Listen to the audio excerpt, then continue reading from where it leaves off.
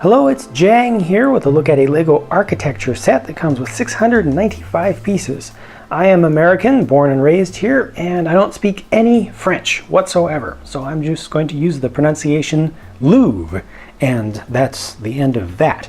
To understand exactly what you're looking at here, though, I find it important to check the booklet, the instruction booklet, and one of the nice photographs they include is this one. This really shows the angle at which this model is captured. It's from this angle looking towards the right. So normally when you think of this place, which is a large complex, a lot of photographs are taken from this direction here. There's the whole long central courtyard, this large open park space, and folks walk in this way and take pictures from all around in here. So this is an example of that, facing in towards the main oldest part of the building. And then there are these two wings that come out in an inverted U shape. However, this right here is not looking in this direction. It's looking out in this direction towards the wing that is to the right, which is how you see it like this. So the previous photo was taken from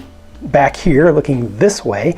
This is towards the courtyard here. So that's why there is this open space right here. This is the walkway, this is the entranceway. So you're seeing the right side small pyramid back here, a piece, just one section of the right wing of the complex, and then most of the stuff that you normally see would be out here, and it's just not there. So that to me is a very strange kind of starting point for the thing. I would have expected to see the center, the oldest building, to be kind of the focus of this thing, but they went to the side. So let's just kind of take it from that context.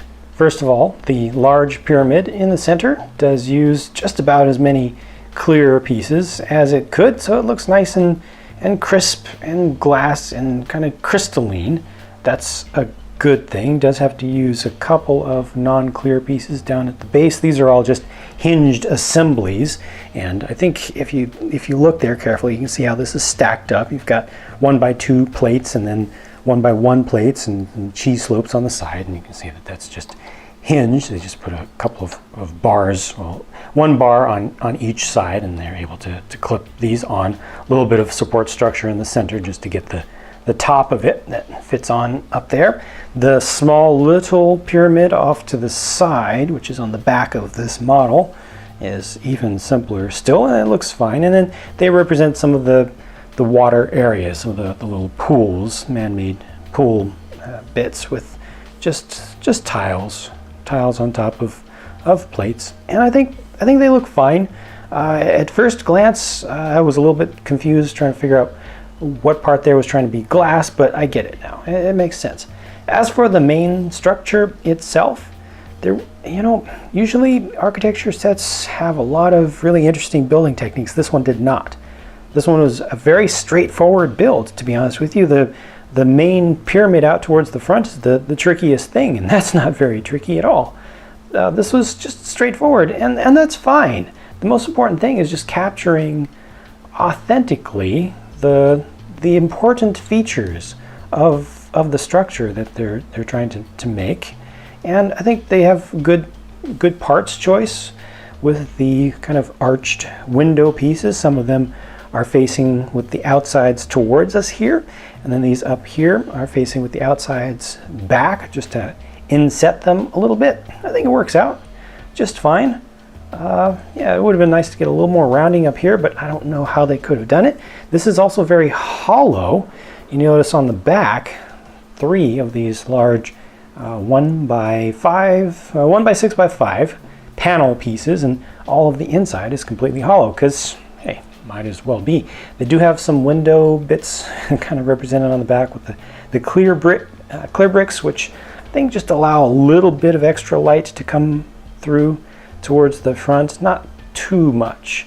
It doesn't really, unless you really get down there and have a good bright light coming behind it, really doesn't light up the inside that much. But I think it all works out just fine. It just wasn't that impressive of a process to put it together. My favorite thing here, as far as what they did to get the textures in there, is the use of these these rounded textured bricks that have the two lumps on either side to just get a little bit of extra inset in there to create some of the vertical lines. Now I do believe this is one of the larger scaled Lego architecture sets, not larger sized, but larger scaled. Its actual scale relative to its real size.